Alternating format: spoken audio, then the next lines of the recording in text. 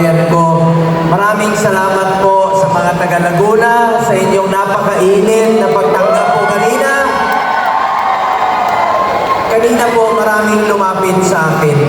Papasalamat. Kanina pag motorcade namin, may sumisigaw, salamat sa Malasakit, salamat sa mga Super Health Center. Huwag ko kayo magpasalamat sa akin. Ako po ang dapat magpasalamat sa inyo dahil binigyan niyo po ako ng pagkakataon na makapagserbisyo po sa inyo. Maraming salamat po sa inyo lahat, mga kababayan ko. Hindi ko po sasayangin yung pagkakataon binigay niyo sa akin. Magtatrabaho po ako para sa Pilipino. Hindi po ako politiko na mangangako sa inyo. Gagawin ko lang po ang aking trabaho. Kung papalarin, pagdating ng panahon, sipag, pagmamalasakit at more serbisyo po ang gagawin ko sa ating mga kababayang Pilipino po. Sa mga kapatid ko Muslim, Assalamualaikum sa inyo. Mahal na mahal namin kayo sa Mindanao, walang diskriminasyon doon. Pantay-pantay doon dahil tandaan natin, ano man ang ating relihiyon, Pilipino tayo, magkakapatid po tayo lahat. Una-una, gusto kong batiin muna ang mga kababayan natin. Simultaneous pa na to, no? Galing po ako ng Baguio. Sa mga taga-Baguio, may gabi sa inyo. Mga taga-Baguio, taga-Bulacan. Nasa TV sila. Quezon City, kapitbahay. Quezon City rin po ako nakatira sa Teachers Village. Rizal, mga taga-Cavite, nasa telebisyon dyan. Taga-Cebu, maayong gabi sa inyo, mga Bisaya. Bisaya, punta po. Capiz, mga Ilonggo, mga kamag-anak ko, lahat ng Ilonggo, kamag-anak ko. Kasi ang tawag sa inyo, Ilonggo, ang pangalan ko, Bongo. Jensan, General Santos, ikan kami niya. Tumihaging Simana, Kalilangan Festival. Plaridel, sa Misamis, sa Occidental. Balay-Balay, sa Bukidnon, Silingan. Agusan del Sur, sa Caraga, salamat kayo. Mga taga-Ilang, Silingan ta. Kinabaw mo ni. Taga-Toril, Davao. Davao del Sur, Silingan ni Bato. Davao de Oro, mga Silingan, taga-Davao Oriental po niya akong lulong lula. Salamat kayo, may gabi sa mga waray, maupay na gabi. May gabi sa inyong tanan. Magandang gabi po sa inyong lahat dito po sa Laguna. Mahal na mahal ko kayo, parati naman po ako rito. Sunog, baha, putok ng vulkan, dyan sa Batanggenyo rin po ako. Adapted son po ako ng Calabarzon.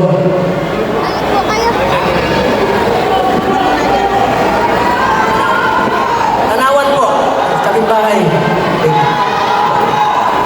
Gandang gabi po. Maraming salamat sa inyo lahat. Salamat po.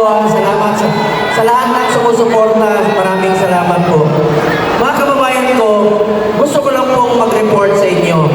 Bilang inyong senador, I authored 16 laws, principally sponsored 82 laws, and I co-authored and co-sponsored 185 laws. At wala po akong absent sa Senado. Tuloy-tuloy po yan. Sipag po ang pwede ko i-alay sa inyo. At bilang chairman ng Committee on Health, tatlo po ang aking naging prioridad.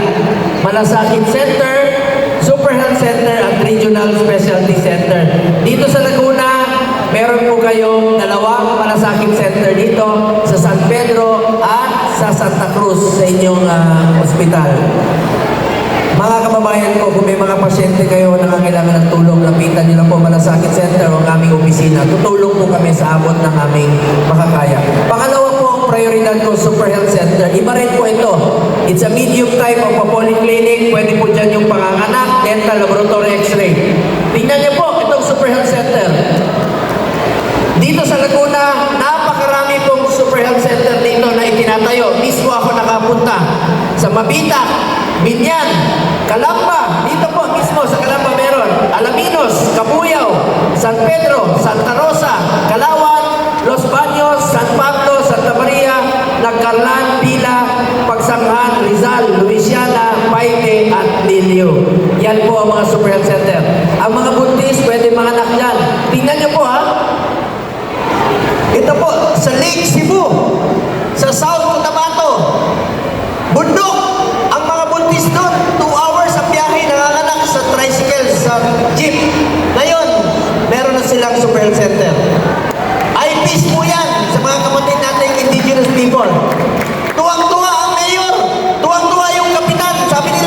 Sir, pangalanan namin sa iyo itong bata kasi bago ka dumating, pinanganak na. Pagtingin ko sa bata, babae. Sabi ko, paano mo pangalanan sa akin? Lalaki ako. Sabi niya, hindi problema yan. Pangalanan natin ito ng bongga. Ibig kong sabihin, nangyayari sa totoong buhay yung ginagawa ko. Kahit sa sulok ng Pilipinas, halos napuntahan ko na. Mula Apari hanggang Hulo. Lindol, sunog, putok ng bulkan, tulong sa mga mahirap, pinupuntahan ko yan. Dahil gusto kong ilapit ang serbisyo ng gobyerno sa ating mga kababayang Pilipino. Tulungan natin yung mga mahirap nating kababayan. Pangatlo po, Regional Specialty Center. Ako po ang principal sponsor ng batas na yan. Priority naman po yan ngayon, no? Na pagtatayo ng mga heart center, kidney center, neonatal, at iba pang mga specialty center. Chairman din po ako ng Committee on Sports. Ayaw kong masayang ang inumpisahan ni former President Duterte na labanan ng kriminalidad at ang illegal na droga. Through sports, itong akin, iniinganyo ko po ang mga kabataan to get into sports, stay away from drugs, to keep us healthy and fit. Meron na tayong eskwelahan sa New Clark City. Pwede mag-aral at the same time mag-training ang student athlete. Isa ako sa author at co-sponsor. Eskwelahan po yan.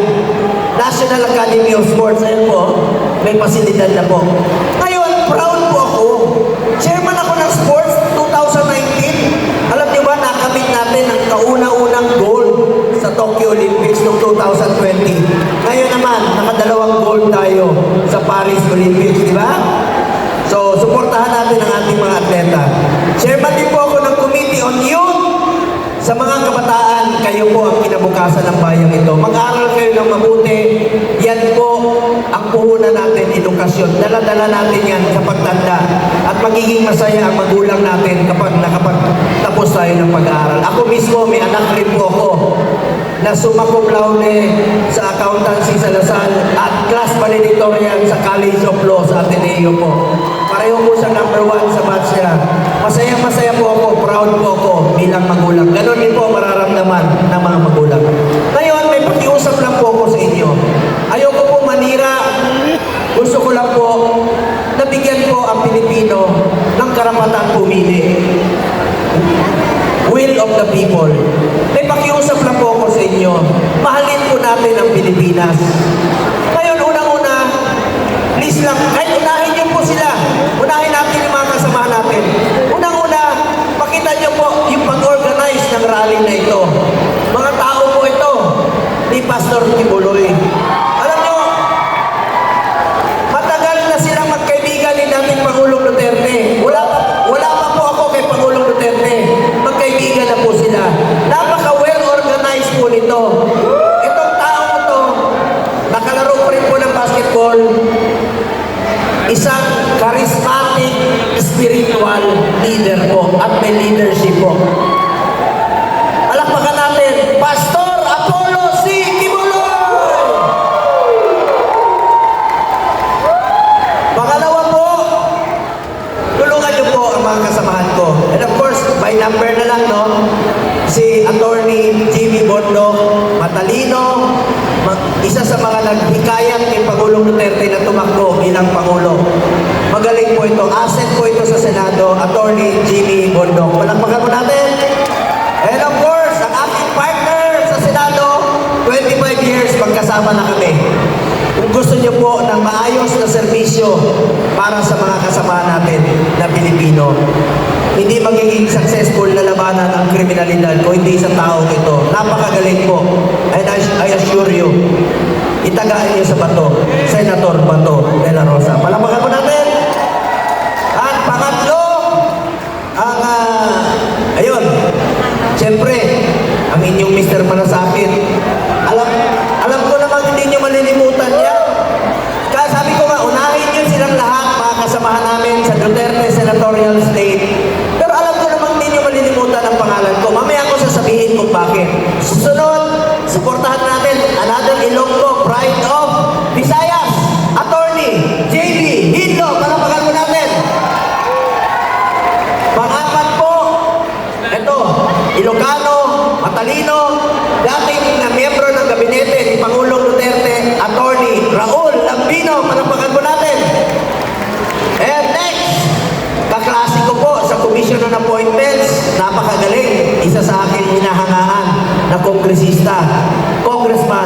Duterte, Marcoleta. Long overdue na po yan sa Senado. Noon pa dapat, senador na yan. Susunod, and of course, nabanggit ko na kanina si Pastor Kibuloy. Susunod, ang kasamahan namin, another, matalino po ito. Magiging asset rin po ito. Attorney Vic Rodriguez. Palagpagan po natin. And last but not the least, nawala. Sabi ko, kumanta siya, nawala. Nandiyan na? Ayun, huwag kang umalis. Takot ka raw eh. Sabi ko, kumanta ka, kantahan mo lang sila. Huwag kang matakot na.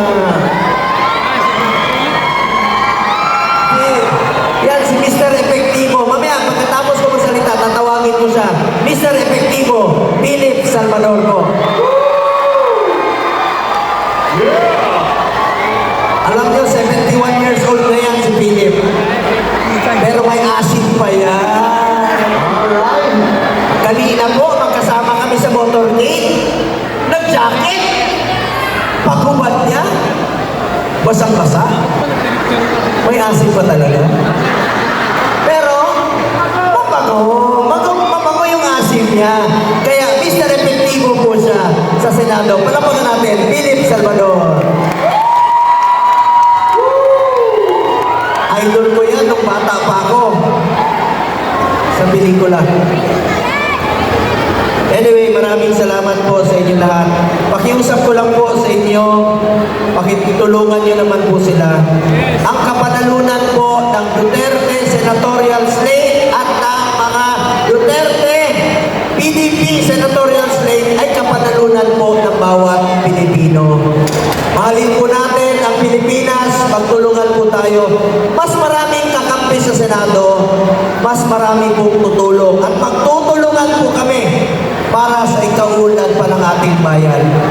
Sa tuloy na tayo, marami tayong dapat baguhin. Ako po, bilang chairman ng Committee on Health, tututukan ko po itong PhilHealth. Masama ang loob ko sa PhilHealth. Ang PhilHealth po, para sa health yan. Hindi negosyo ang PhilHealth. Ang PhilHealth po ay insurance na meron tayong masasandalan tuwing tayo'y nagkakasakit. Kaya nakatutok po ang Committee on Health dyan, pati sa health emergency allowances ng ating mga health workers dahil services rendered na po yan. Maraming salamat po sa inyo lahat, mga kababayan ko. Ako naman po, alam ko hindi niyo ako malilimutan, napakaikli ng pangalan ko. G.O. Tawagin niyo lang po akong Kuya Bongo ninyo. Kahit saan tayo magkita, madali naman tandaan ang pangalan ko. Pumunta kayo sa kanto, pag nakakita kayo ng traffic light, ano yung green? Go! Pero tuwang-tuwa ako dito sa aking kaibigan. Enjoy ako. Pero pinapalmasdan kita kanina eh. Anong sign na ito? I love you, di ba? I love you po. Ito, heart rin.